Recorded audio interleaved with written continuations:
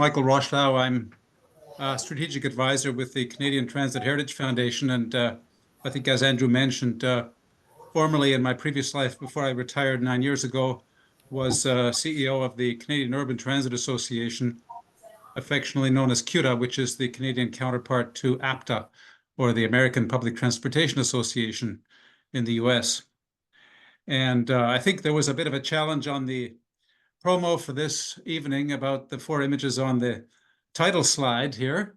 They're easy ones. We'll go through them and you'll recognize them again as we go through the various cities during the evening. But I'm delighted that the ERA and the CTHF are collaborating on this, not only tonight, but also on the convention that took place last month in Calgary and Edmonton. And as Andrew said, this is a very similar presentation to the one I gave at the convention.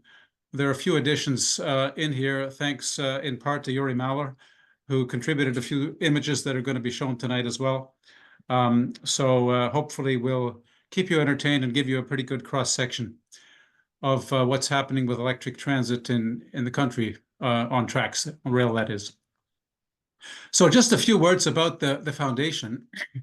The Heritage Foundation was founded back in 1992, 250 to 300 members in that range, mostly Canada, some US, some overseas. And really our motto is pride and passion in Canada's transit heritage, and preserving, informing, educating, and using our history as a teacher to learn from what we've done in the past to help inspire our future. Mike, can I just interrupt you for 1 second? I'm just going to mute everybody, and then I have to unmute you.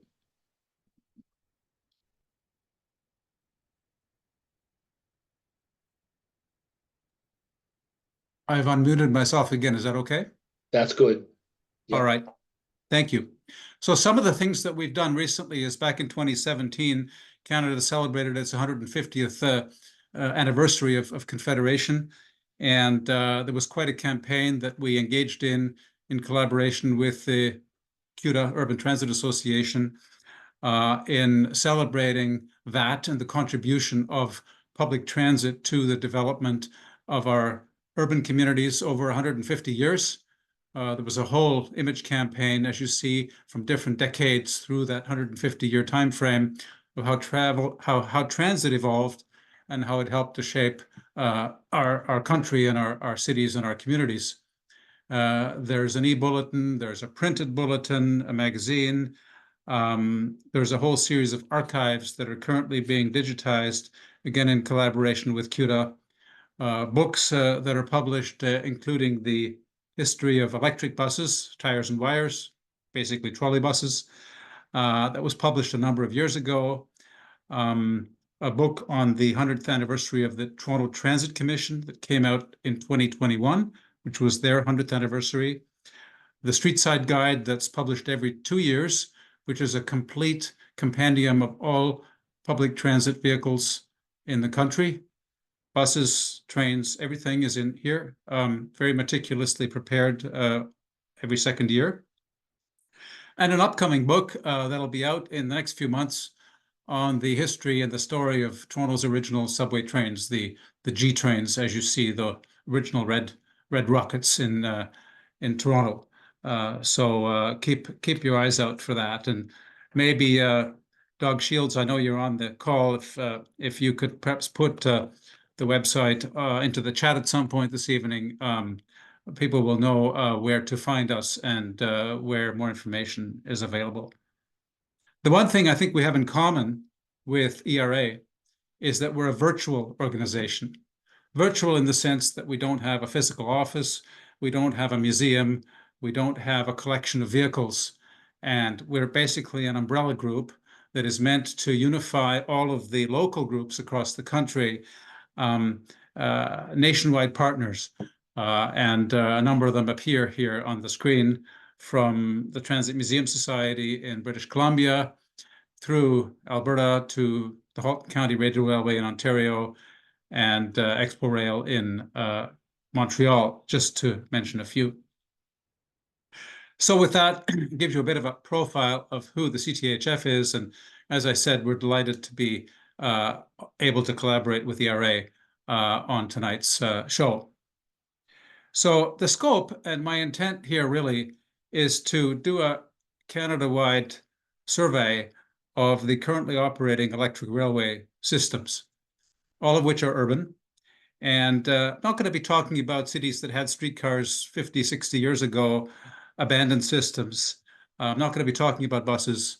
It's going to be electric rail systems. And you have them shown, the triangles on this map going from west to east. We'll go in that direction from Vancouver through Edmonton, Calgary, Kitchener, Waterloo, Toronto, Ottawa, and Montreal. So most of these, this is rail rapid transit, okay? So when we talk about rapid transit, one of the questions I often ask myself is, well, why do we build these systems? And what's the rationale for building rapid transit of any kind, really, in our cities? And I would argue there are three basic reasons. The first is that the existing public transit is at capacity. It's overcrowded. Our streets are congested. The photos you see here are Toronto on the top, Yonge Street, back in the 1940s. Bottom left is Montreal in the 1950s. Bottom right is Ottawa in the 1990s, I guess, or 2000s even. And these are real photos of actual street conditions. This isn't staged, okay? So it gives you a sense of why Toronto built subway in 1954 or opened it in 1954, why Montreal built its metro, why Ottawa built its LRT to relieve the congestion of buses on Albert and Slater in downtown Ottawa. The second rationale was really to meet a particular event, whether it was the World's Exposition in Montreal, the Olympics, Summer Olympic Games in 1976, whether it was the Commonwealth Games in Edmonton in 1978, or Expo 86 in Vancouver, and the first SkyTrain, or the Canada Line in 2009 and 2010 for the Winter Olympics in Vancouver. So these events can be big catalysts that can kind of get the political machine going to build rapid transit. And the third, I guess, is as a catalyst for urban development, where you invest in building rapid transit to create development and shape the future of your cities. And examples of this are the BRT in Winnipeg, which is the top right image here, or the Viva BRT in York Region, north of Toronto, even Calgary's light rail and the Ion in Kitchener-Waterloo, which you'll see here in bottom right. And we've got a schematic here that shows a little bit of the BRT, the light rail, and the heavy rail when they opened, going back to 1954 with the Toronto subway, Montreal Metro in 67. Then you had Edmonton's light rail, Calgary C-train in the late 70s, early 80s, Vancouver SkyTrain in 86. The BRT is coming basically after that. And then more recently, the light rail in Waterloo and Ottawa in 2019. Now, 5 of these were what we call P3s, public-private partnerships, which have been rather popular in Canada over the last 20 years. And really, for those of you who aren't familiar with that terminology, they're basically DBFOMs, okay? Design, build, finance, operate, and maintain a complete turnkey package that's awarded to a consortium, usually with a 30-year operating concession. The idea behind it is to transfer risk from the public sector to the private sector in the overall design, construction, financing, and operation of a system or of a line. There's much debate about how successful they've been, but as I've said, 5 of the projects, 5 of the lines that we'll be talking about tonight are of that nature. Now, clearly there's some crossover with the rationale, In some cases, there's a bit of both, some capacity issues, some events that have catalyzed construction. And again, I've tried to categorize them here according to the rationale that was prominent or heavily involved in the construction of each of these rapid transit systems. So, as I said, we're going to begin in the West, and I'm going to make a pause briefly after each city as we head east. And Andrew, if you're watching the chat, maybe there may be some questions we can deal with in each case so that we don't kind of have to wait until the very end. Yeah, there was just one question so far. It was asking, what was the name of your book that you showed at the beginning? The first one, the trolley bus one? I'm not sure. It just says, what was the name of the book at the beginning? So, Tires and Wires. okay. I think the first one we showed was Tires and Wires, which was the history of the 16 trolley bus systems that operated across Canada over the years. I think it's out of print now, actually. So beginning at Vancouver, and you'll see the SkyTrain on the top and the Canada Line on the bottom, and the one on the left is actually not electric rail. It's the commuter rail, West Coast Express, located here in downtown Vancouver. So Vancouver boasts nearly 40 years now of just about flawless unattended train operation. And it was the first major, we call them driverless or unattended train operation systems in North America, and is one of the, what I would call silent heroes of what could be accomplished with this technology, in that we have had nearly 40 years of high frequency. And when I'm talking about high frequency, we're talking about 2 and 3 minute headways here. And the real beauty of this technology is that because there's no labor cost involved in operating, you can run shorter trains at really high frequency at very little extra cost than running longer trains less frequently. And Vancouver is neck and neck with Dubai as the largest unattended train operation metro or driverless metro in the world. I think Dubai is at 90 kilometers and Vancouver's at about 85 right now. And this opened in 1986. The first line, the Expo line, actually in 1985, it was the year before Expo, the World's Fair. I guess it was a year before the DLR, the Docklands Light Railway in London, which was next. So on the map here, you'll see the Expo line. That's the blue one here that was opened as far as New Westminster in 1985. The Millennium Line in 2002, the Evergreen Line in 2016, and then in between the Canada Line, which was the first P3, the first of the 5, that was opened in 2009. Been running for 15 years now. So it's one perhaps of the most successful ones, the first and most successful P3. It's considered part of the SkyTrain network, but it's a different technology in the sense that it runs with regular rotary motors, whereas the rest of the system runs with linear induction technology.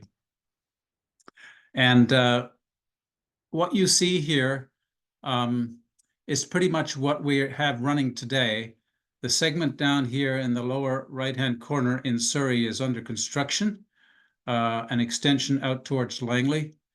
And that western end of the Millennium Line, the orange portion here, from Arbutus all the way out to the University of British Columbia, is as yet unfunded.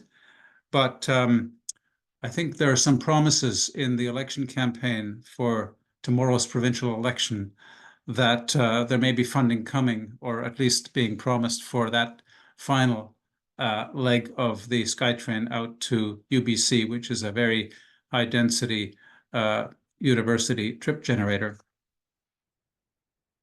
Now, of course, what's interesting about the history of transit in Vancouver is that many of these lines, as you can see here, follow a similar alignment to the British Columbia Electric Railway back in the early part of the 20th century, the interurban that used to run from downtown Vancouver out to New Westminster and beyond into Surrey, the Expo Line, the Millennium Line through Burnaby.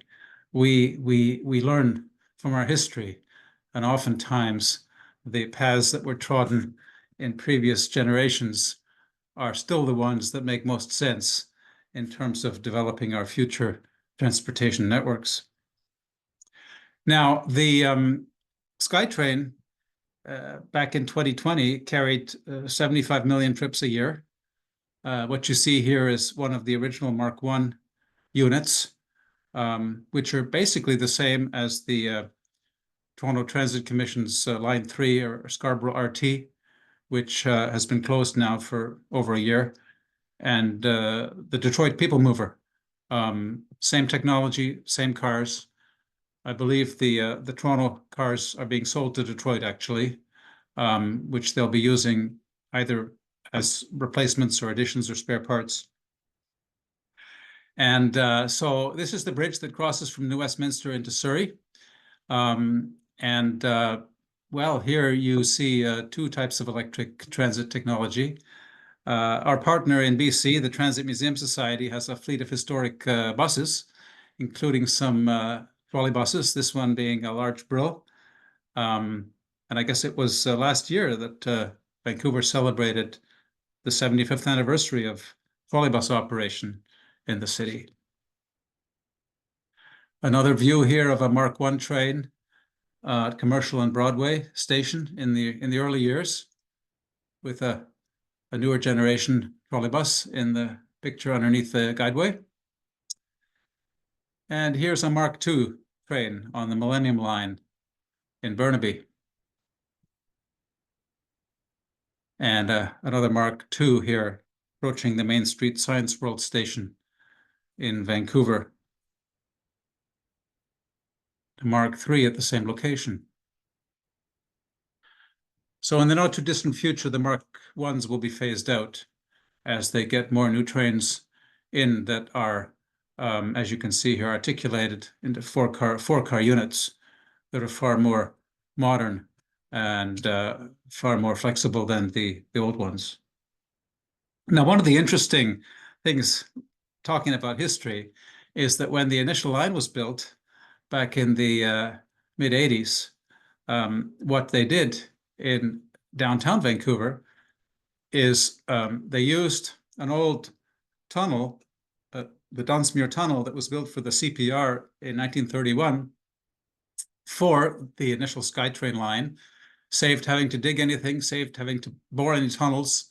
But what's interesting is that this tunnel was narrow, but pretty high. So they were able to stack the inbound and outbound tracks above each other going through this tunnel. And so some of the stations in downtown Vancouver are, in fact, above each other, the inbound and outbound levels. And that actually exists on the Canada Line as well, for different reasons, where they dug down deeper for two stacked tunnels as opposed to two next to each other when they built the Canada Line under Cambie. And so this is the first of the four images that appeared on the title slide. That's the Mark III train there at Stadium Station in Vancouver. One of the cover shots. The Mark I's are being repainted, as you can see here, in the new blue and gray colors. And, well, sorry, there's a bus here, but that's another member of the Transit Museum Society's fleet that comes out occasionally for special events and charters. We'd like to juxtapose it with some of the newer technology. So another interesting piece of electric rail in Vancouver was the Olympic Line, which was a special operation back in 2010 for the Olympics, the Winter Olympics. It was basically a 2-month demonstration, ran from January to March over this 1.8 kilometer stretch of track around Falls Creek in downtown Vancouver using two Flexity Outlook Bombardier cars that were on loan from Brussels. What's kind of amazing is that in 2 months it carried 550,000 people. And it was an attempt by the manufacturer to showcase this vehicle for potential use on a downtown streetcar that never eventuated. But of course, what they did do is they rebuilt this trackage, which was part of the downtown historic railway that had been operated by volunteers with support from the city of Vancouver from 1998 until 2011. Unfortunately, it's defunct now. There's not much left. It's all overgrown rails. There's a slight hope that maybe we'll see something there again in the future, but it doesn't look very promising at the moment.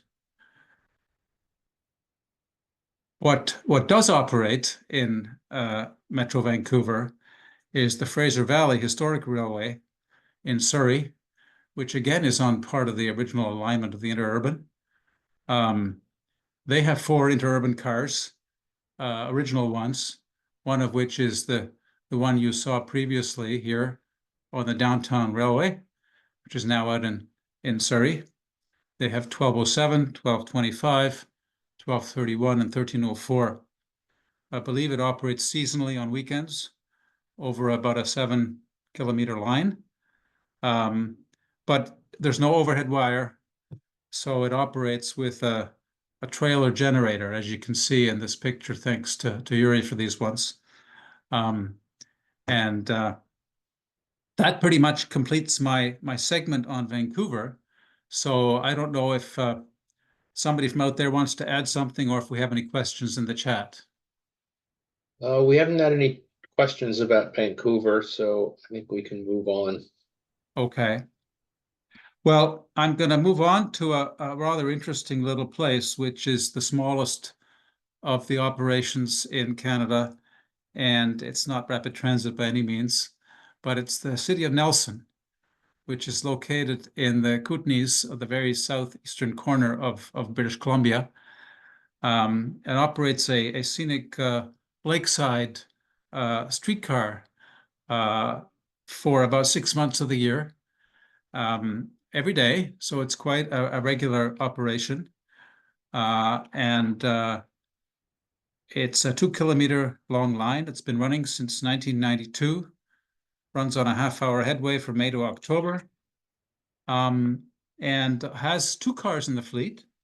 Number 23, which is, I believe, an ex-Cleveland Forest City Railway car that was built in 1906.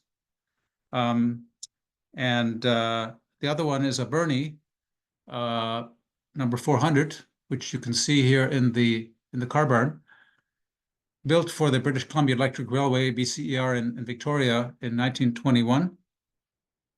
I don't believe that one operates on the line because its wheelbase doesn't fit the curves.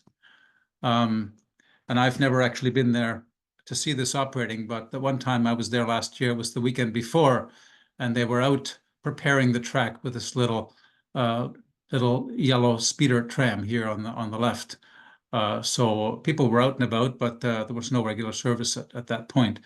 They don't start until the Canadian Victoria Day weekend in May usually. But it's very popular, as you can see by this view, and has this delightful right-of-way underneath the what they call the Big Orange Bridge, Bob, the Big Orange Bridge, which was built in 1957, crossing the Kootenay River and alongside the Kootenay Lake. So if anybody's ever out that way, it's worth a detour, or it's worth a special visit into the town of Nelson. We have one question that says, how are the Nelson cars maintained? Spare parts? Well, it's a volunteer organization, as most of these operations are. To be honest, I don't know what they do for spare parts, whether they they have an inventory perhaps, or they manufacture them themselves. But I don't know much more than that, I'm afraid. Yeah, I will add that that map that you just showed, I believe, is from a book about the history of the Nelson system, Yes, yes, correct. which I have, but I don't remember the author. I don't know if it's still in print. I think it's available. When we were there last year, I picked up some copies of it in their museum. So they still had copies available as of last year. So we'll cross the Rockies into Alberta, and Edmonton has basically two systems: the original high floor light rail, and the newly opened a year ago low floor Valley Line, which is operated by a company called TransEd, because it is the second of the public-private partnerships that I'm going to be mentioning tonight. Opened in November of last year. So Edmonton was, of course, the pioneer of North American modern light rail systems. Opened in April of 1978. And what's interesting, I'm going to jump ahead a little bit here because Edmonton and Calgary collaborated to some extent in their systems, in that they ordered their vehicles together from Siemens Duwag back in the 1970s, I guess along with San Diego as well. And Edmonton decided that when they built the first line, I don't know if you can see my cursor here, but from Belvedere in the northeast here, We along can't the, see your cursor. Yeah. can you? Very good. Along the CN right-of-way. This was all the open CN right-of-way here. And then into downtown in a tunnel.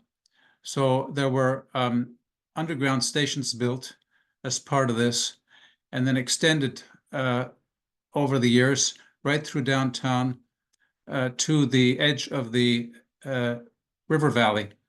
And of course, building underground is expensive.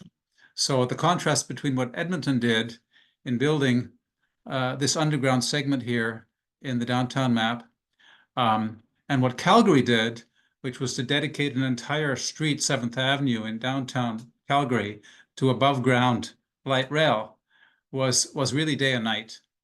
Edmonton spent a lot of money on the underground, really Canada's third subway after Toronto and Montreal.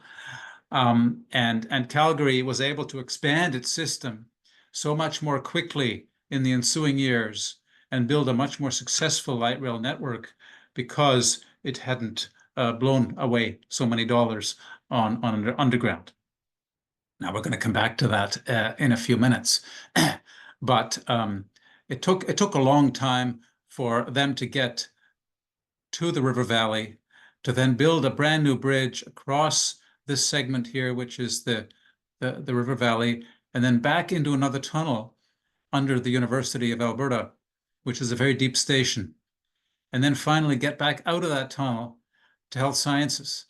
And it was only once they got to that point that the rest of it, all the way down to Century Park, and then the NAIT line up here, the Metro line, were fairly easy to build because that was all above ground. And now, of course, Calgary's proposing to build a tunnel.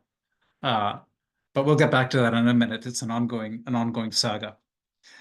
April 1978 was the opening of the first segment of the light rail line in Edmonton from Belvedere to Central. And as I said, Calgary and San Diego were part of this in a sense, the part of that first kind of renaissance of light rail in North America. And they were the same cars, the U2 cars. The design came from Germany, and they were largely assembled locally in Alberta. And of course, back then, Edmonton still had trolley buses. And there were a number of places on the system where you had the light rail and trolley bus meeting or crossing each other. And these delightfully complicated overhead crossings. And again, thanks, Yuri, for a couple of these photos of the trolley bus and the light rail trains meeting up with each other. Of course, that's all gone now. Unfortunately, the trolley buses have been abandoned. but that was a very interesting trivia of Edmonton. Now, the original U2 cars are still soldiering on, are still operating in daily service, now 47 years old. We rode on them last month. They are, in my opinion, the best, the smoothest, the quietest cars. You can stand in an underground station in downtown Edmonton, and a train can be pulling in, and you can hear a pin drop. I'm always just so amazed with how smooth and quiet these cars are, compared to the newer ones or compared to any other system I know in North America. They're absolutely amazing. And the first one, 1001, still in daily regular service. As you can see, the builder's plate there, built in 1977. They've been refurbished once, but they're in great condition. And I'm told that they will be well over 50 years old before they're replaced.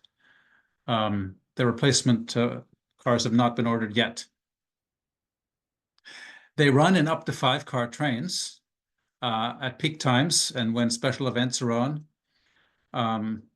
In this view, crossing the bridge I just mentioned over the river valley is a 3-car train. But the 5-car trains are 125 meters long. That's about 410 feet. So that's a pretty long train. It's just a little bit shorter than a Toronto Transit Commission subway train. These are the newer cars, the SD160s from Siemens. They have 57 of these and 37 of the U2s for a total fleet of 94 high-level cars. This is at McEwen Station, which is on the NAIT line, the newer line going northwest. And I mentioned earlier about the Valley line, which is the second public-private partnership we mentioned. Alstom is the company, consortium member that's operating the system under the trading name of Transit. And they have a fleet of I guess 26 cars, I think. And now these are what we call Bombardier Flexity Freedom cars. They operate in single and double configurations. They are about 40 meters long. They're 7-section articulated cars.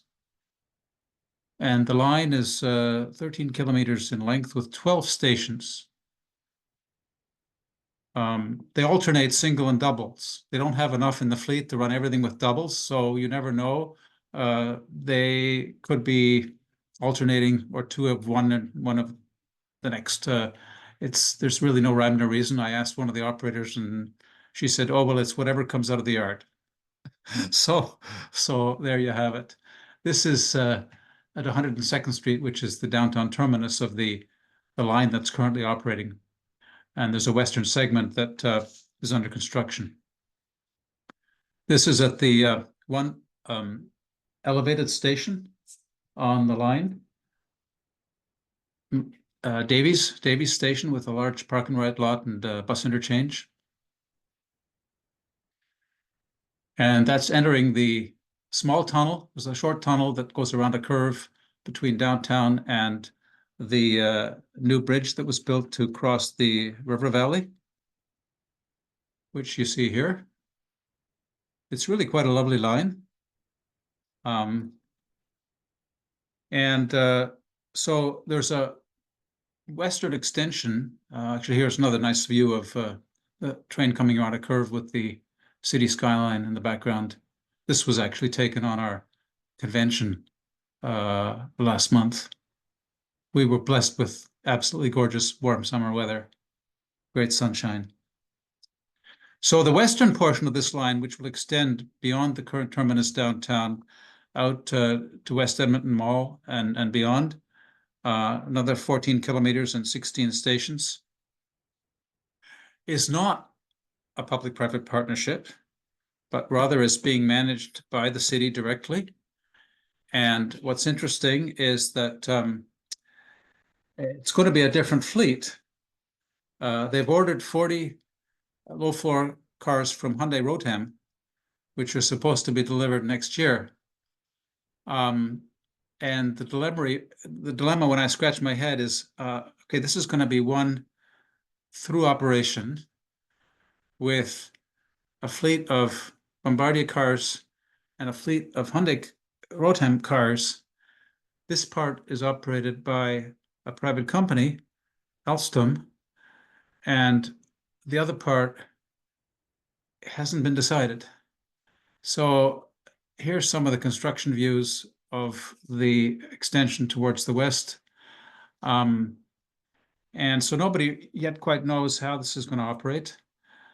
They're either going to have to give Alstom the full operation with a mixed fleet, or the city's going to take it all over and somehow buy them out and merge the operation in with ETS. Obviously, they're two totally separate systems, the high floor and low floor. But how this Valley Line Southeast and the Valley Line West are going to be integrated still remains to be a bit of a mystery. So to complete our story about Edmonton, we need to talk a little bit about the high-level bridge operation as well. And I did say we're going to see a Melbourne W-class car, and here it is, 9:30.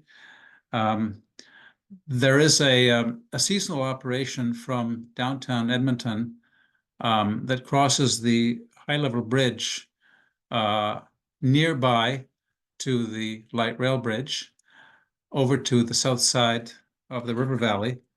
That's really quite a spectacular experience.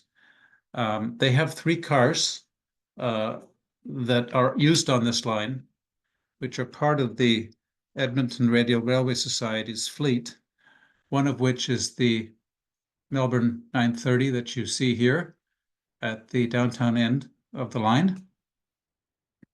A second one is an ex-Osaka Japanese car, number 247, that was built back in the 1920s. And the third one is the Edmonton 33 that we had a peek of a bit earlier before we started, that was built by St. Louis Car Company in 1912 and is an original Edmonton car, whereas the other 2 are obviously imports. There's a bit of a tunnel on this line after it crosses the bridge before it reaches the southern end at White Avenue. And here's a view of the bridge itself. This was originally a railway and streetcar bridge with a railway track in the middle and a streetcar track on either side. So there were 3 tracks on this bridge originally. Must have been quite the experience going over here back in the day. So the Edmonton Mike, it's Andrew here. Yeah. Just one mention of the streetcars. You know that they ran opposite to normal. They had to cross over on either side of the high-level bridge. That's right. In case the doors had to be opened, they didn't want people to have to, fall into the river. That's a good point, and thank you for mentioning that. And in fact, we asked one of the group at the convention asked them what they would do if there was ever a disabled car on the bridge, and the answer was, well, we have a good relationship with ETS, and they'll just come and bring a road railer and tow the car off. So that's good to know. So there are 24 streetcars in total in the fleet, 8 of which are operational, and 3 of those 8 are here on the high-level bridge service. And the others are at the Fort Edmonton Park, which is a heritage park southwest of the downtown area. It's a lovely recreation of old Edmonton with a number of, they brought all the operating streetcars out for us. on the day of the convention, and it was just terrific. 24 here is a Toronto Suburban Railway car from 1914, built by the Preston Car Company. They even have a Toronto PCC A8 class number 4612, dates to 1951. And it's a kilometer long double track line with loops at either end. A really quite a lovely place to go and visit. And we had the great fortune of being able to spend most part of an afternoon there as part of the convention. Here we have a couple of others. Edmonton number 42 on the right, which is another St. Louis product from 1912. And Edmonton number 80, which is built by the Ottawa Car Company in 1930. And they even have this sweeper cum line car, which came from Saskatoon. It's number 200 and was also from the Ottawa Car Company, originally built in 1907. So that kind of brings us to the end of Edmonton. Andrew, if there's any comments or questions, I guess now would be the time. I haven't seen anything. There's a couple of things in the chat that everybody can read. I was corrected that they actually, in the first 5 years, did run on the high-level bridge on the right-hand side, and then they changed it in 1918. Right. Okay. Well, I'm glad we have such a wealth of knowledge on the call. I see there are 99 people participating now, which is terrific. Maybe we can still break the 100. So heading south to Calgary, as I mentioned earlier, Calgary opened a few years after Edmonton in 1981, I guess 3 months before San Diego. And downtown was the 7th Avenue Mall, which you see here in green, and really was a key to the economic efficiency of the system, was to use that corridor and be prepared to close the street to cars for the benefit of light rail. And it's come a long way since then with expansion of the stations. The stations downtown have all been rebuilt and modernized to handle 4-car trains. And the original line basically ran from the downtown 7th Avenue Mall south as far as Anderson, which was the original southern terminus. Been extended a few times since then. And of course, you had the northwest, the northeast, and then the west line being the most recent one out to 69th Street to complete the two-line or 4-line actually network that's currently in operation. Many of the U2s are still operating. Here's one in its original livery back in the early 80s. These have not been refurbished, and in fact, they're nearing the end of their life, I would say. Quite a few of them have been sold to Edmonton for spare parts, as Edmonton is working hard to keep their fleet running a few more years. Calgary has 3 car types: the U2 that you see here, the Siemens SG 160, as you can see here on the elevated structure on the west line, and the S200, which is the most recent model from Siemens, with a total of about 260 cars, I believe, in the fleet currently.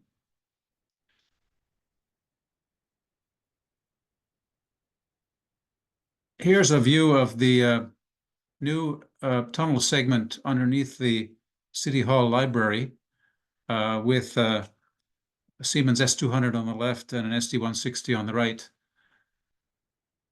The one thing that I don't like about these new cars is the way they've configured the interior. They're all perimeter seating with hard plastic. I guess that's New York style, for lack of a better word. And here you get a sense of the new stations that have been built downtown with glass canopies. And this is a 3-car train, but they're equipped to handle full 4-car trains as well. For our convention, we had a chartered car for, I guess it was, gosh, turned out to be 5 or 6 hours. And the car we had was 2090, which is an original U2, but it's not really, because this was kind of an artificial creation, which was assembled from the A end of 2027 and the B end of 2019, 2 cars that were damaged in accidents beyond repair. And what they did was they think, okay, well, we have enough here to make 1 car out of what's left of the 2 of them.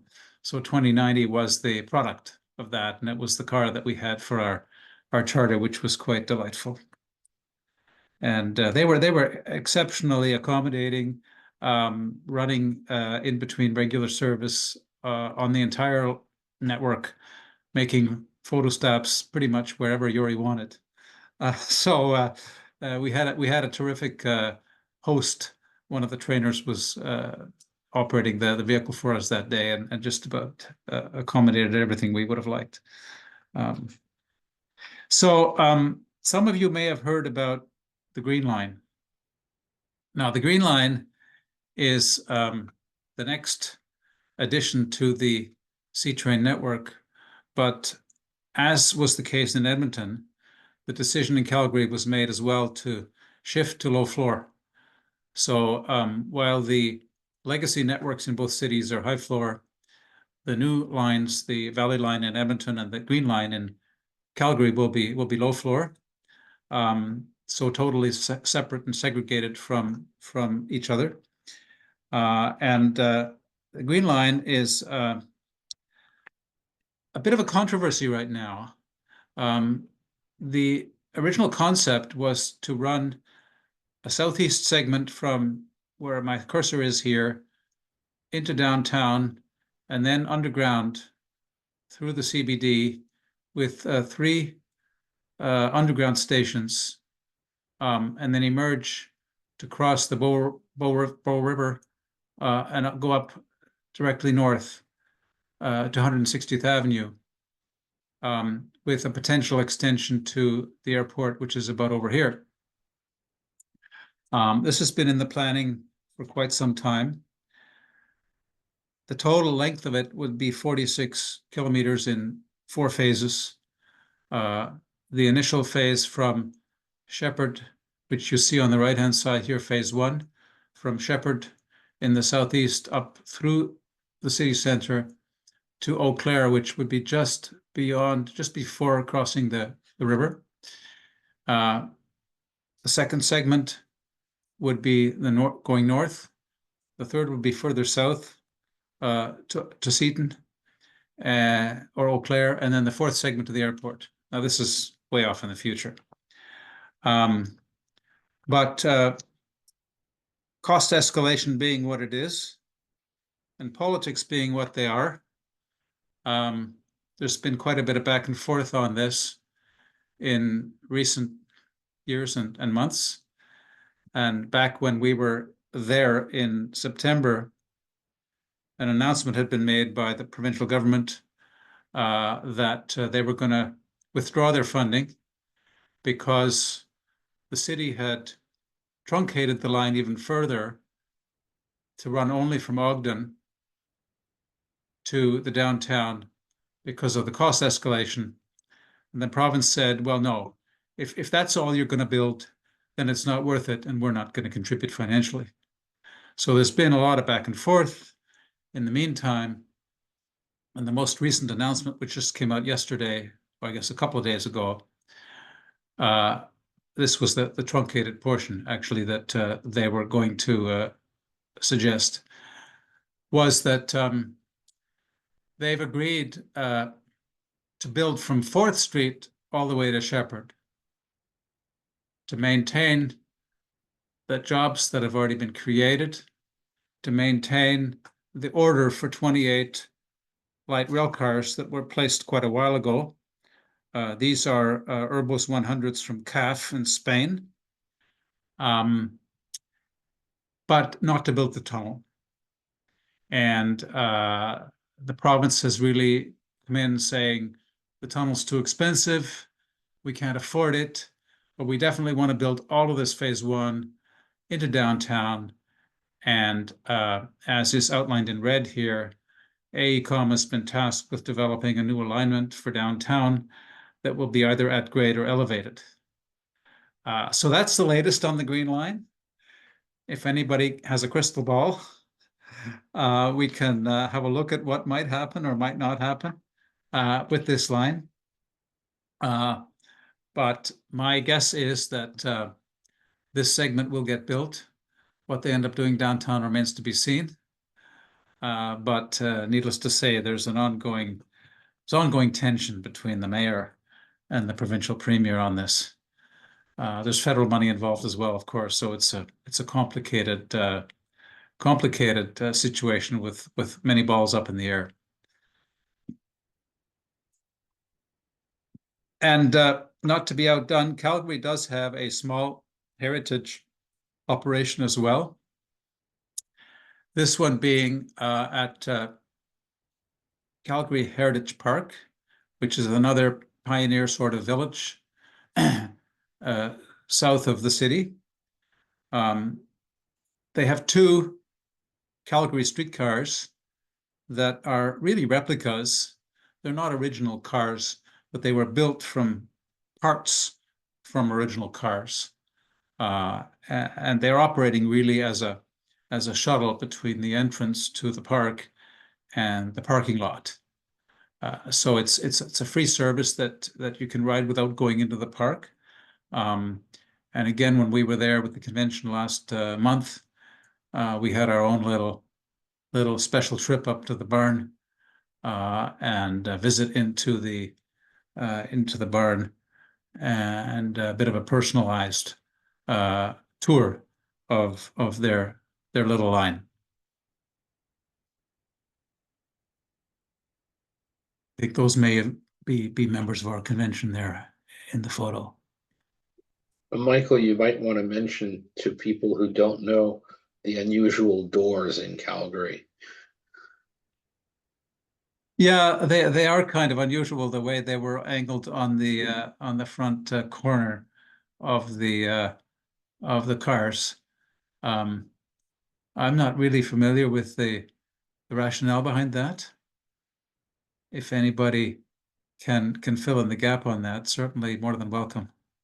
I'd have to look it up. It's in the book, the Railfare book about Calgary, but I don't. It was actually named after the superintendent or the engineer of transit at the time. We're up to 101 participants, by the way. Yeah. Very good. So if there aren't any further questions on Calgary, we'll move all the way east to Ontario, to Kitchener-Waterloo, which is number 3 on our list of public-private partnerships. The ION, as it's called, is a very interesting, one of my favorite light rail lines in Canada, to be honest, because it has so much variety going for it. A combination of private right-of-way on former railway lines, middle of the road running, side of the road running, single one-way operation on 3 areas, one in Waterloo here, one in downtown Kitchener, and one in the south here, where you have operation on 2 different parallel streets, and a fleet of 15 Flexity Freedom cars from Bombardier. Now, the difference between these and the ones in Edmonton, they look very similar. They even have a similar color scheme with that blue and white. The difference, though, is that these are only 5-section, 30 meters long, whereas the ones in Edmonton are 7 sections and 40 meters long. And the ones in Edmonton have couplers and can operate as pairs, whereas these are only operating as single units. And of course, the fleet's much smaller, with only 15 of them here in Kitchener-Waterloo. But it's a fascinating place, built around heavy post-secondary student population with universities and colleges, the IT sector, a lot of very interesting street art around the city. This is the station at Kitchener Market. And really a lot of development that has been spurred on by the light rail line. You see condos and high-rises going up all the way along the line from north to south. It's really quite a fascinating operation. There's Google's Canadian headquarters that's located just adjacent to this bridge you see behind the bus is the CN right-of-way that GO trains operate on. And there's a transit interchange currently under construction to the right of the light rail car here, which will be a bus, light rail, and commuter rail hub for the whole Kitchener-Waterloo area. There's a fascinating before and after shot here. Again, part of this line runs on the old right-of-way of the Grand River Railway, interurban. And the shot at the top left is the corner of Caroline and William in Waterloo in 1951. And below it, you see the exactly same location in a couple of years ago. And the house here on the left, you can see is the same house at that corner. And these views are courtesy of Trevor Parkins-Skiberos. Trevor has published some really fascinating books of before and after shots of transit in Ontario. And if you're into that sort of thing, his publications are well worth a look. He takes old images and then goes and takes a modern day view of the same thing with exactly the same camera angle at exactly the same spot, and then juxtaposes them. It's really, really well done. And the view on the right is one of the other cover shots that was on the title slide, the Ion 509 car. Another short pause, if we have any comments or questions. Nope, nothing. No? Okay. Well, we'll take the big plunge into Toronto. And there's a lot to talk about in Toronto. I'm going to try and see how much I can cover here. There's a lot happening in Toronto. And I think the next few years are going to be quite a transformation of electric rail in the city. So we'll take you right back to 1891, before electric traction, when horse cars ran up and down Yonge Street. And yeah, this is how Yonge Street looked 125 some years ago.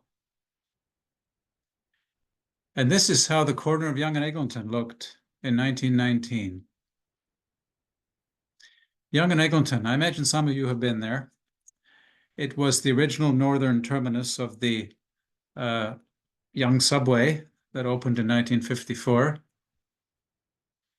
And to think that it was an unpaved dirt road with one track, Salada Ceylon tea on offer at GE Coin Store in the corner. And this is Yonge and Eglinton today. Looking east, over 100 years later. Now, of course, this is the junction of the Yonge subway and the Eglinton Crosstown light rail subway, which hopefully we will have the pleasure of riding one of these days. And just the construction of that east-west line and the creation of a junction point here has been the catalyst for an incredible amount of high-density development. So you can get a sense of what rapid transit can do to property values and development opportunities in a big city. A few more before and after shots here, courtesy of Trevor. On the left, we have the corner of King and Yonge in 1889, and again in 2022. And on the right, Queen and Yonge in 1935 with a Peter Witt car, and in 2022 with what, of course, is our ubiquitous Flexity Outlook fleet in Toronto today. We'll come back to talk about Queen and Yonge and what's happening there again in a few minutes. But here on the left, Sinclair and Yonge in 1954 with one of the original series of PCCs entering Sinclair subway station loop, and below how it looks today with Bombardier Flexity cars entering the same loop structure. Of course, many of these original air cars, BCC cars, were sold to Egypt, to Alexandria, back in the late 1960s. And there's a view here of 76 of them being loaded onto a freighter ship to head across the Atlantic. 1968. Well, we have winter in Toronto too, of course. Rarely as bad anymore as it was back in the 1960s, but occasionally we get a heavy storm, and well, we all know what it does to streetcar service. And here we have the original British-built Gloucester subway trains on the open section of track between Rosedale and Bloor and Yonge. And Yonge and Eglinton, as we said, was the northern terminus of the original line. But of course, the original plan was not just to build a subway under Yonge Street, but also to run an east-west subway under Queen Street, which would use the streetcar system that would then emerge onto the surface in the east and west, kind of similar to what Philadelphia does with its streetcar subway. So much so that when the Yonge subway was built in the late 40s, early 50s, there was a separate platform constructed underneath the north-south subway station to accommodate east-west tracks that could eventually run under Queen Street.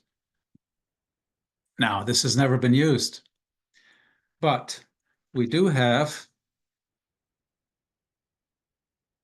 a subway line that's being built here called the Ontario Line, which will run underneath Yonge and Queen on an east-west alignment. Unfortunately, for a variety of technical reasons, they will not be using this roughed-in structure from 70 years ago, but rather will be very, very deep underground. What you see at the top here is the existing Line 1 Yonge subway platforms right here. And the Ontario Line platform will be roughly 9 stories below. You can see how many escalator banks are going to be involved. When you look at these, this is each one story here of stairways, and the amount of time it's going to take for people to transfer from what is basically right below the street level of Line 1 down to the Ontario Line at that depth I'm not sure that too many of the future passengers have any idea what they're going to be in for. So here's Queen and Yonge on the right, how it looked in 1974, an afternoon rush hour, bumper to bumper PCC, single and double cars, trains. And on the lower left, what it looks like today. The entire street is closed. The entire intersection is closed for the construction of the Ontario Line subway. And it'll be closed for 5 years. The section in yellow is what's closed from Victoria Street almost to Bay Street.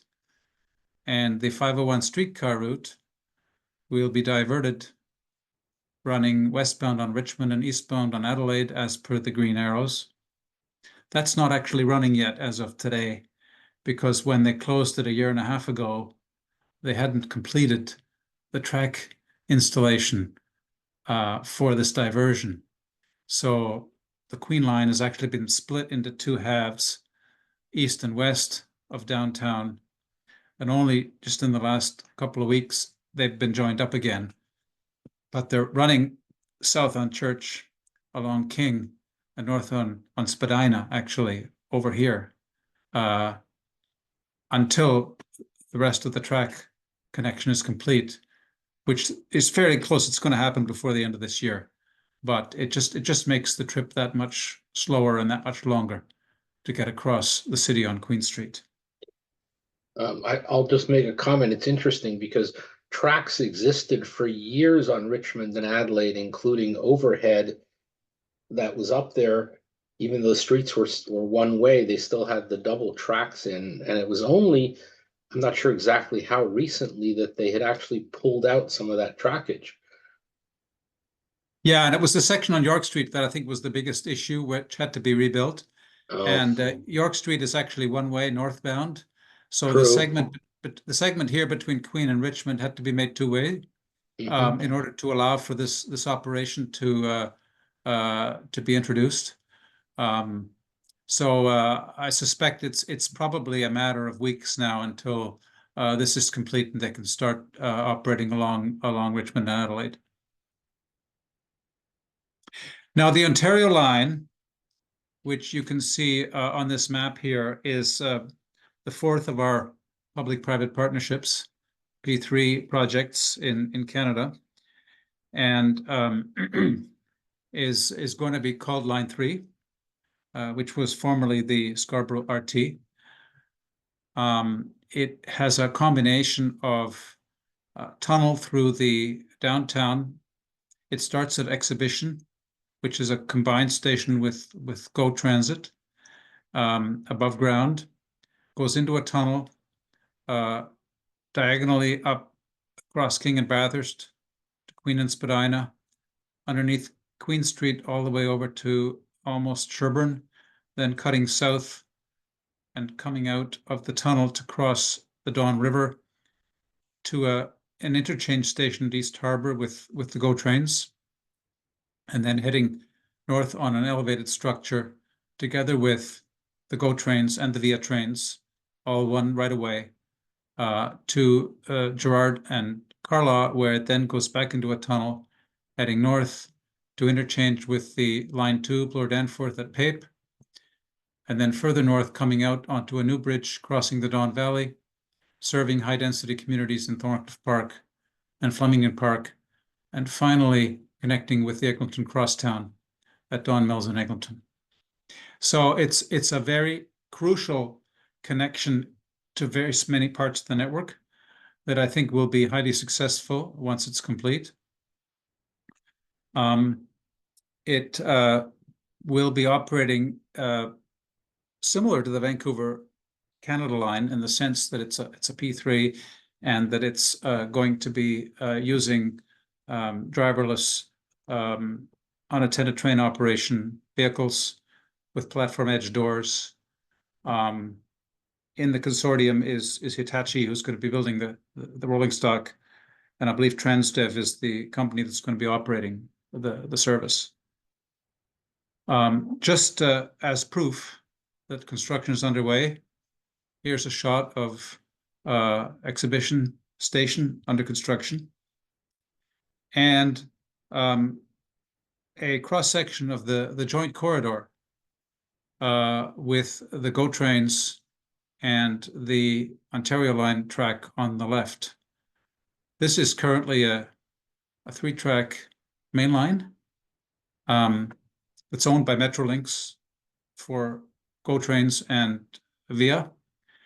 That's being basically doubled in width to become a 4-track main line for the GO system and the 2 tracks for the Ontario line. Now, you'll notice that there's overhead wires here for the GO trains as well. And yes, that does mean what you think, that the GO system is being electrified. And it's probably the single largest transportation project of any kind in the country, as expanding and electrifying much of the GO system, which I'll say a bit more about in a few minutes. Getting back to TTC for a moment, yes, the streetcar fleet is pretty homogeneous now. 200 and what are we up to? 230 Flexity outlooks, which, if you're wondering the difference between a Flexity outlook and a Flexity Freedom, the TTC operates these, what they call Bombardier Flexity Outlook cars, which are 30 meters long, 5-section. The difference is that they're single-ended and have doors on one side only, whereas the Flexity Freedom are double-ended and have doors on both sides. And those are the ones that operate in Kitchener-Waterloo and in Edmonton.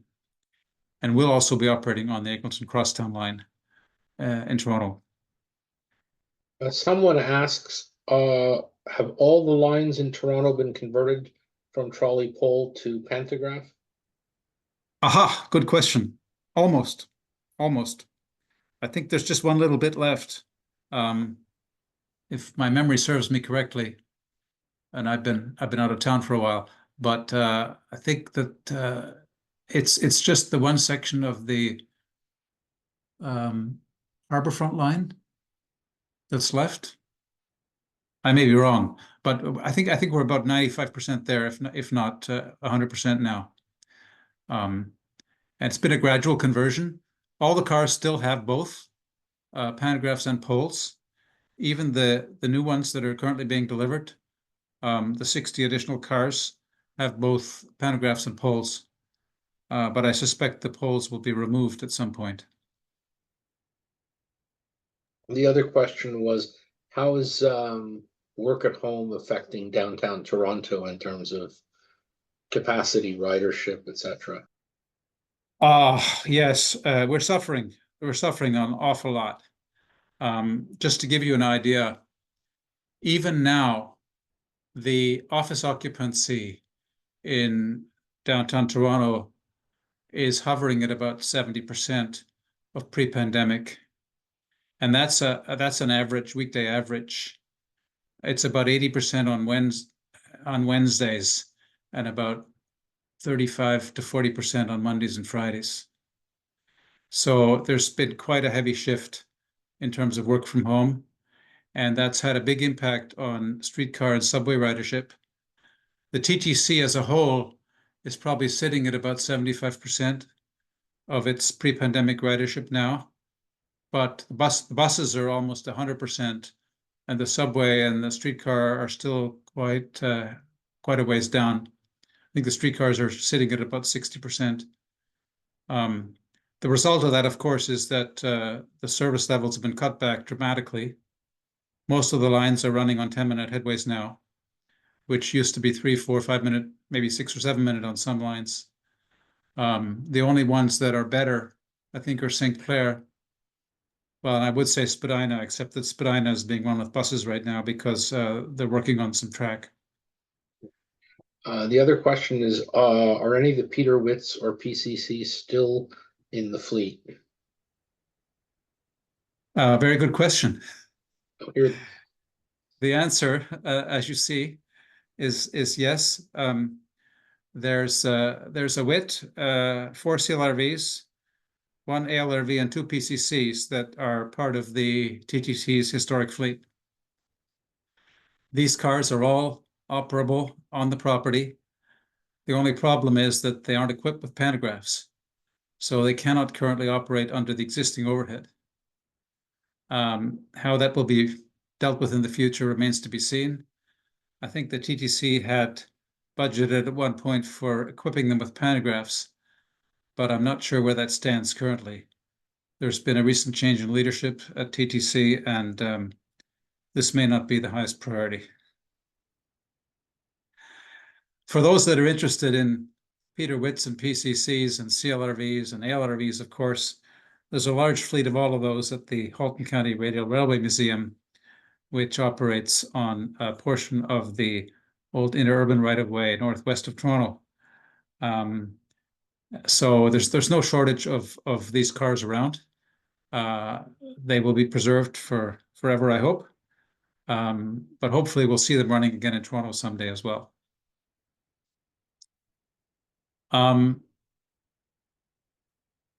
Much has been said about the Eglinton Crosstown, under construction since 2011. It's a 28-kilometer long line, 17 miles. The gray or brown segment in the west is underground. And once it comes out of the tunnel in the east, it runs along the center of Eglinton Avenue all the way out to connect with the Line 2 subway at Kennedy Station. It will be operating with a fleet of 76 Flexity Freedom cars. As I mentioned before, double-ended, but operated in married pairs of 2. So they actually, even though I say they're double-ended, they only have an operator's cab at one end because they're semi-permanently coupled in this fashion. So there are 38 trains, 2-car trains, and there are 5 sections, so they're 30 meters, 60 meters for the double unit.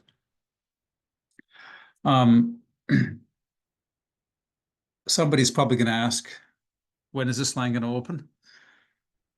Well, nobody knows, but my best guess is the day after the next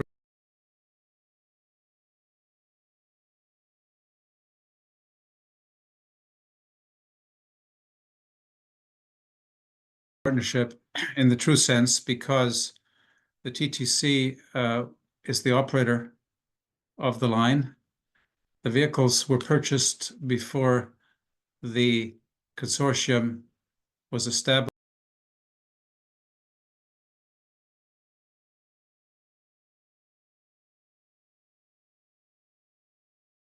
And the vehicles ordered and the operator selected before the private sector consortium was announced to complete it. And now that we're getting close to operation, the TTC is in the mix, but they weren't part of the consortiums.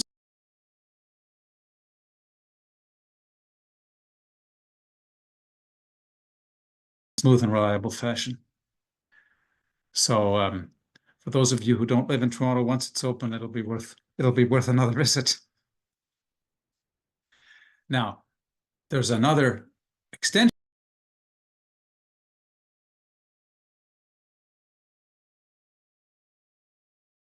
that will run mostly underground out to almost, but not quite, Pearson Airport.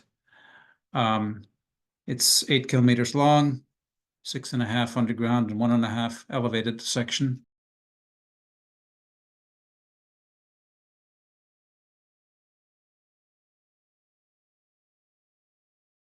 Then we have the Finch West LRT project, which is a 10-kilometer long line running west from the Finch West station on Line 1 subway. This is Line 6. And this will run with 18 Alstom Citadis Spirit cars, which are much bigger than the Bombardier Flexities. They're 48 meters long.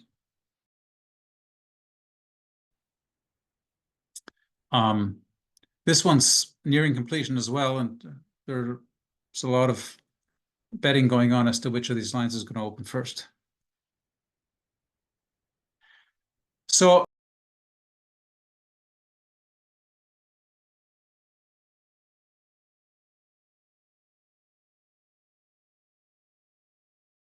we're all familiar with, currently in operation for a long time. Line 3 will be the Ontario line. Line 4 is the bit of Shepherd Subway. Line 5 is the Eglinton Crosstown, and line 6 is the Finch West LRT. So what you see on here is all currently funded. And this segment, the northerly extent,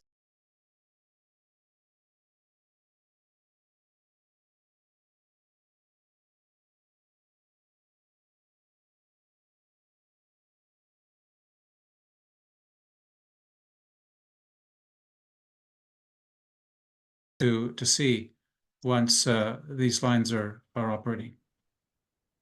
I'm going to ask a question. What happened to the extension of line 4 east to Scarborough?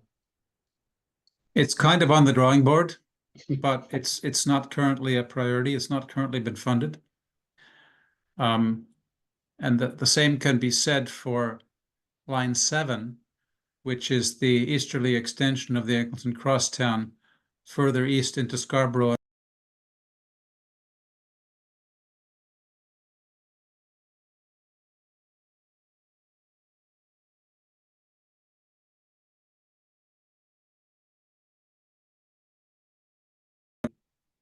Bloor Danforth line 2 is being extended underground to go up to replace the RT.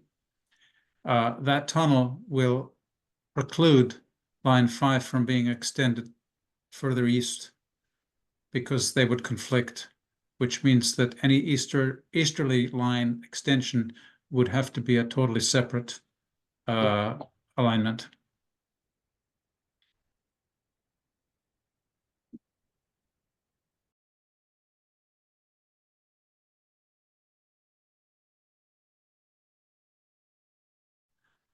In the city of Mississauga, it's going to be called the Hazel McCallion line after the long-serving late mayor of the city of Mississauga. It's also well underway, as you can see in the construction photo there. This will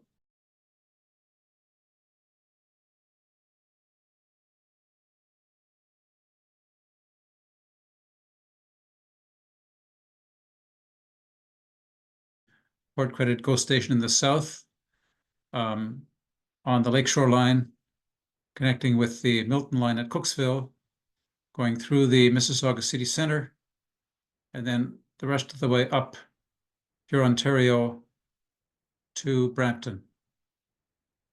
Whether it goes into the city of Brampton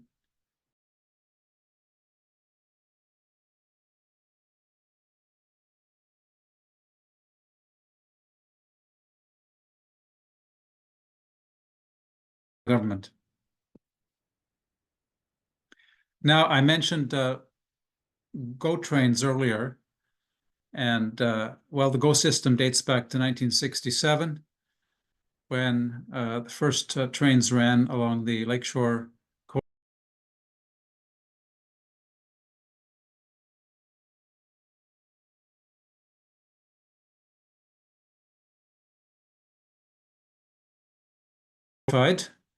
and expanded to accommodate 15-minute headways all day, both ways. That's the plan. It's underway. That's the Lakeshore East, the Lakeshore West, the Stouffville, the Barrie, and the Kitchener corridors. The other two lines, the Milton line and the Richmond Hill line, are not in the plan for electrification, partly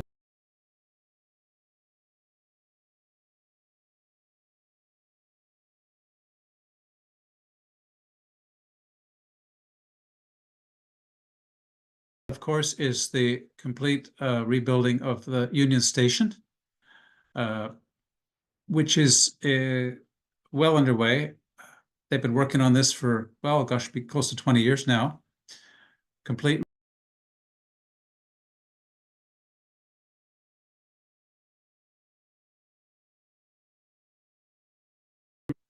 with green roof treatment on the eastern and western segments, a brand new underground concourse that was excavated below the levels of the existing station, an additional subway platform that's been open now for quite some time.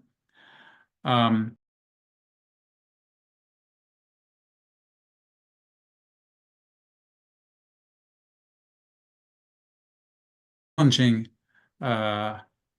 project, and of course the electrification will be part of this as well as we move into the next decade or so. There's a question about the electrification, AC or DC, and what voltage? I'm not sure.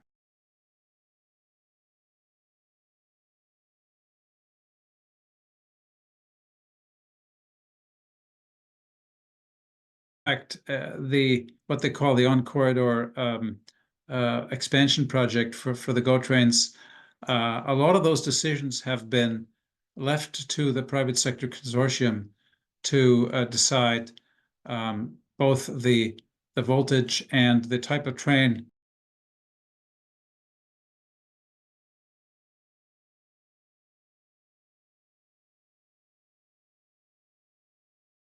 Use electric multiple units, because as some of you may know, the bilevels that are currently operated by GO were originally designed with electrification in mind, which is why they have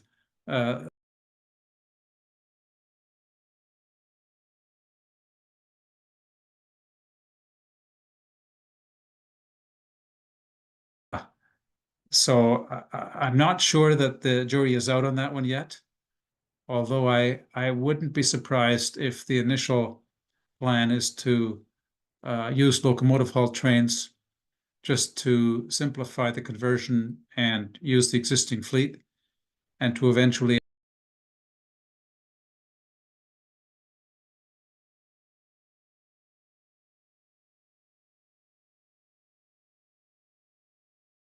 '60 cycles.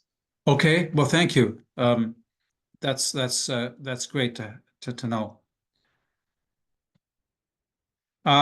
So before we leave the Greater Toronto area, there's one more line to mention, and that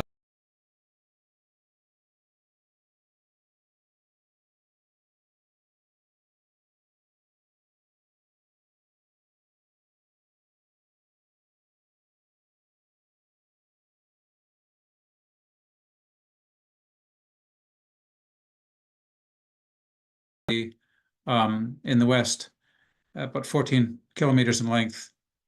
And again, it's something that's been politically on and off again for quite some time, but it looks pretty certain now. Another brief pause before we head off somewhere else. There's no other questions. That was Okay. it. Well, off to Ottawa then.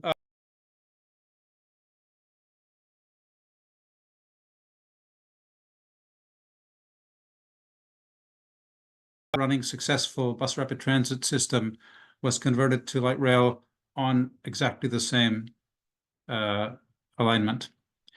This opened in 2019. Needless to say, we've all heard the many problems that it's had. I've been there and ridden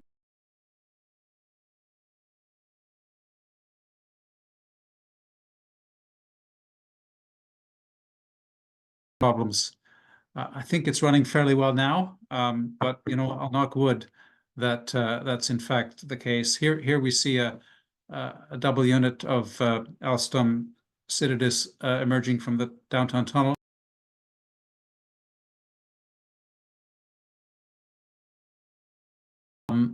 The current extensions, the thick red line is what's currently operating. The thin red line at either end are extensions to the Confederation line that are currently under construction. It'll be 29 kilometers long when it's complete.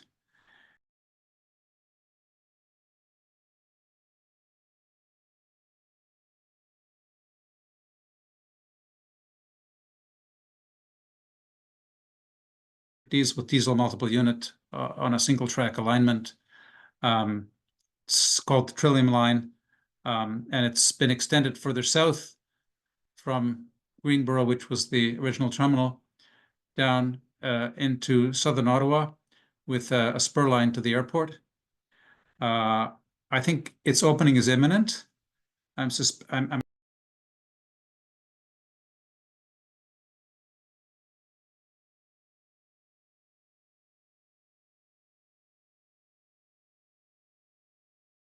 for expansion into a full double track upgrade with additional stations. But the poor students at Carleton University, which is the centerpiece of this line, there was an entire cohort of 4 years where there was no rail service through there.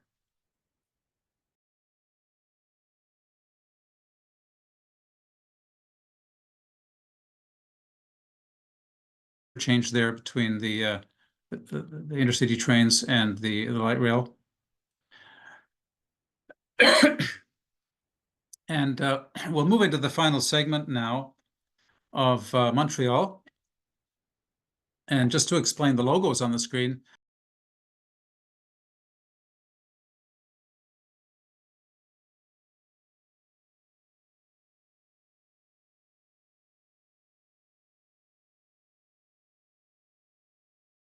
and fifth public-private partnership in our survey today that opened last year, the REM. The ARTM is the planning agency for public transit in Montreal, and EXO is the suburban operator that runs the suburban commuter trains and buses in the surrounding municipalities. There are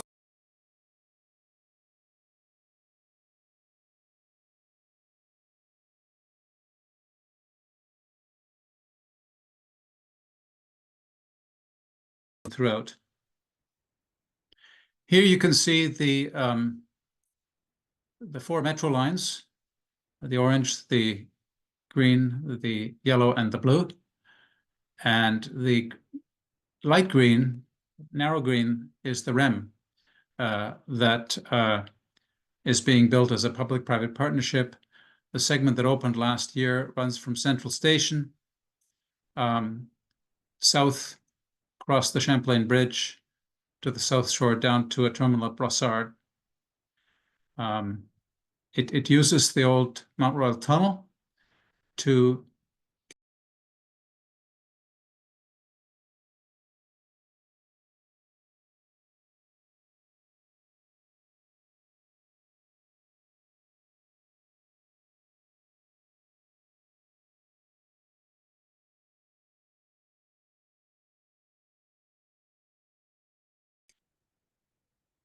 EXO runs a series of commuter rail lines.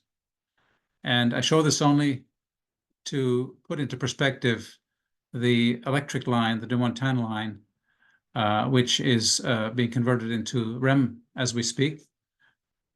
And we'll come back to that again in a couple of minutes. But the metro, of course, opened in '67 with the original MR.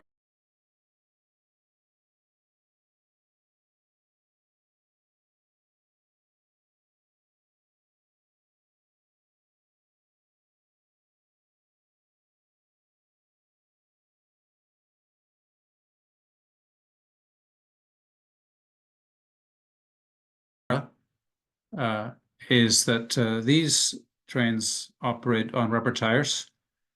And one thing that's always intrigued me is that when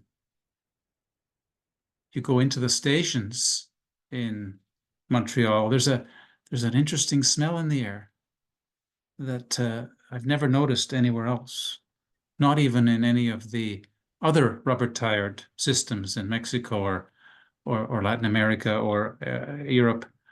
And yes, of course, that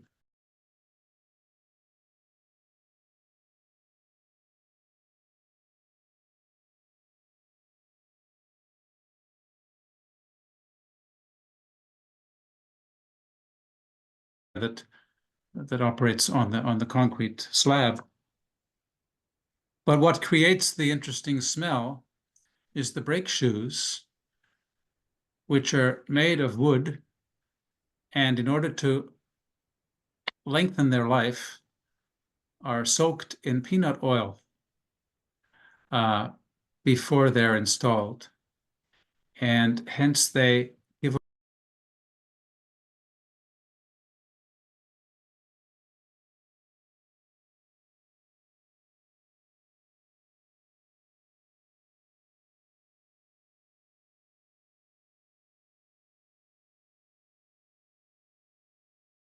they insisted that they continue to use these same wooden brake shoes soaked in peanut oil, which took a lot of convincing, but Alstom finally agreed. Alstom and Bombardier finally agreed that they would do that. So interesting bit of trivia there about the Montreal Metro. Michael, thank you for that. For an expat Montrealer, I never knew that. There is one other system that I've been in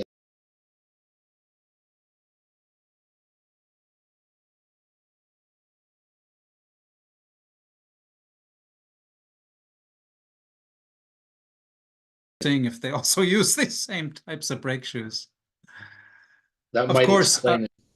yeah. Of course, Montreal is well known for its artwork and its architectural diversity, with each station being unique in its design.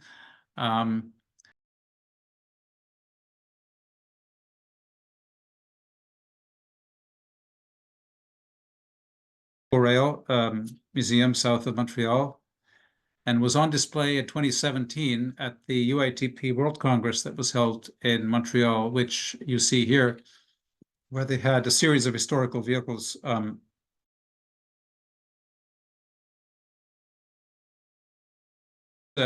in 2010, the newest series of trains, which are absolutely gorgeous. They are complete open gangway trains from front to back. Very, very nice design, very quiet, very efficient, very fast.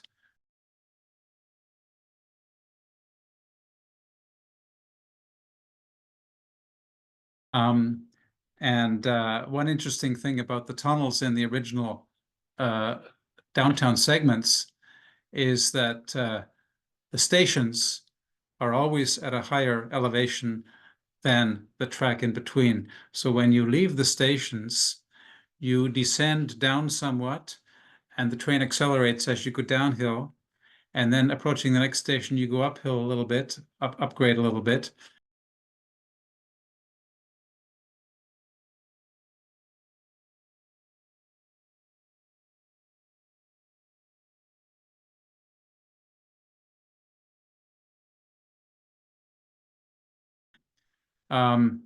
This tunnel, which was opened in 1918 and built by the Canadian Northern Railway to provide access to some new residential developments north of Mount Royal, was used by the CN and later AMT and then EXO commuter trains, and it was electrified.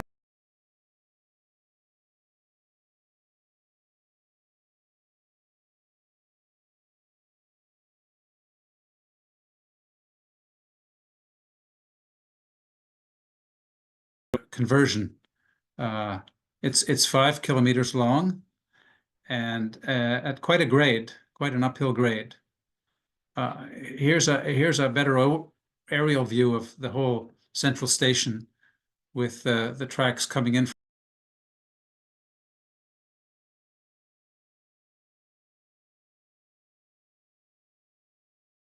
of course, for a long time. But that's the mouth of the tunnel there, coming into the north end of Central Station. This, of course, was